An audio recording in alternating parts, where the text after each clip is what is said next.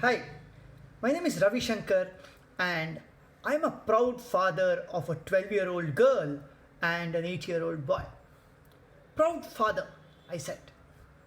Father's Day, like every year, this year too, you will see a lot of posts about paternal pride, about how great their fathers were, or children celebrating their fathers and talking about why their father is the best in the world. I thought I'll flip that a little bit and talk about Father's Day from a slightly different perspective. Talk about what makes a Father's Day. Let me do that with 4 examples, two each from my daughter and my son. First, I'll talk about the 2 examples where my daughter made my day as a father. First example, my daughter calls me when I'm traveling and a daily update. But this day wasn't like any other, because this was the day when she was talking to me about her test marks, and she said that she went back to the teacher to return a mark rather than go and bargain for one. Okay. Her teacher had accidentally given her 1 extra mark, and that 1 extra mark had actually meant that she would have surpassed all other students in that particular subject. But my daughter said she had undeservingly got that 1 mark extra. It was an error of commission, and my daughter said that she went and told the teacher, in spite of some friends saying she was foolish in doing so. She went and told the teacher that she had got 1 mark extra and she surrendered that. Needless to say, that made me extremely proud to the point where I cried. The second instance, when my daughter made me, Lasya Swami, my daughter, made me extremely proud, was when we discovered that my mother's mother, that is Lasya's great-grandmother, was hospitalized in a distant town.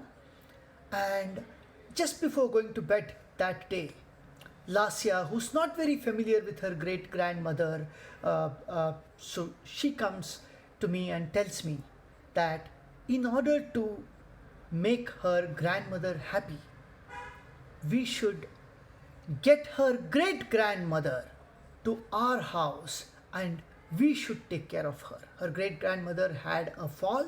She was in the hospital, and she said that she would trust her grandmother most to take care of her great-grandmother, and if getting her great-grandmother to our house is what makes her grandmother, who we all live in the same house, if that is what makes her happy, that is what we should do.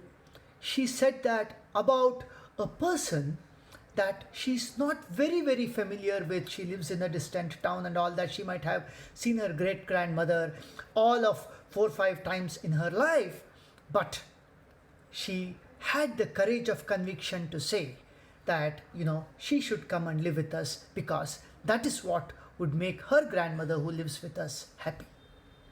Made me extremely proud and happy. The next 2 instances are about my son, Param Swami. The first instance is when Param had gone for a school trip like any other. And like in any other school trip, they were taken to a place where there was some free time available, and like every kid, my son had also taken some money.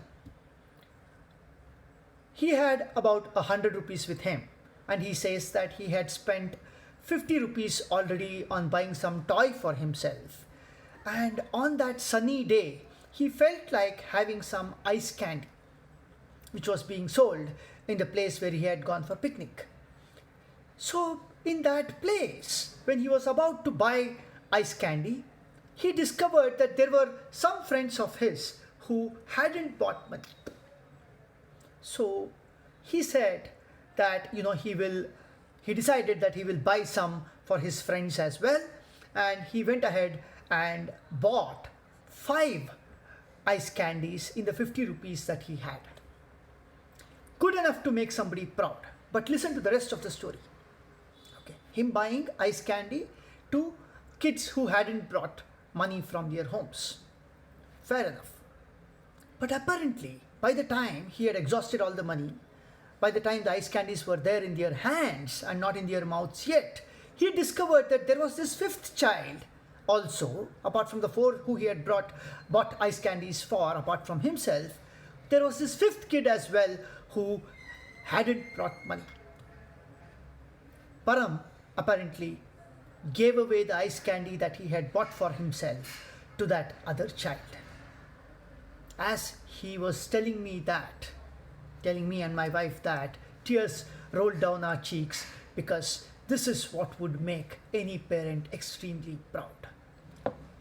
To give away what you have despite you having craved for it on a sunny day. Ice candy on a sunny day to a child is as precious as perhaps millions of rupees to an adult. And that made us extremely proud. The next act of my son, which made me extremely proud, was when, after days and days of completing an assignment. I'll tell you about the assignment because that's interesting. The assignment was that on every day during this lockdown period, he had to write an original piece on something that he feels about. And I would award him, let us say, some marks out of 5. All of that would accrue, and eventually when he scores 100, okay, when all of that adds up to 100 is when I had told him that I would buy him a toy of his choice. There was this toy that he finally got after achieving that milestone. It was a helicopter which could be controlled by a remote which would fly.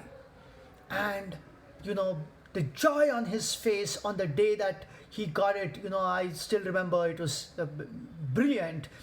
And, that's scene 1. Scene 2 for you is I get a call when he's in his, in another town, Shimoga, where my wife Deepa belongs to. I get a call from there, and he's telling me that when he was playing with his toy, there was this friend of his who seemed to want that toy. So while he was telling me that, half jokingly I told him, hey, in that case, why don't you just give it to him? Without waiting for, the next second, without waiting for anything else, he drops the call and runs and gives that helicopter to that child. And that day when he returned to where I was, he's telling me that it is one of the happiest days of his life because he could see the joy in the face of that boy to whom he gave away the helicopter. The helicopter that he had bought after, days and days of toil. 4 stories on the occasion of this Father's Day, which made a Father's Day. I thought, I must share this with you. All 4 are acts of selflessness. If you think about it again, in all of these 4 stories, you will see that my children stood tall and, they gave away something, and these were selfless acts that made a father proud. That is what I think makes a Father's Day. I will conclude this by talking about something that my daughter wrote when she was 7-year-old on the occasion of another, Father's Day. She says, Happy Father's Day. Like every daughter, she says, you're the best father in the world. You are clever. You are brave.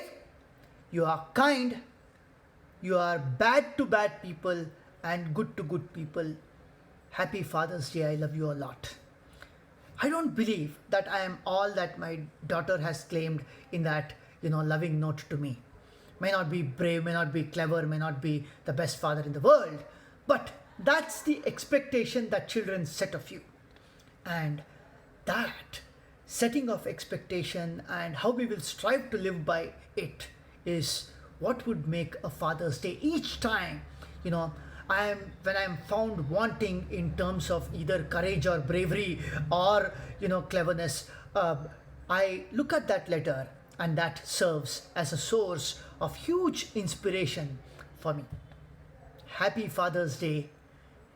Let all our children become selfless, and that's the best way perhaps to make every father proud and to make the world a better place to live in. Thank you.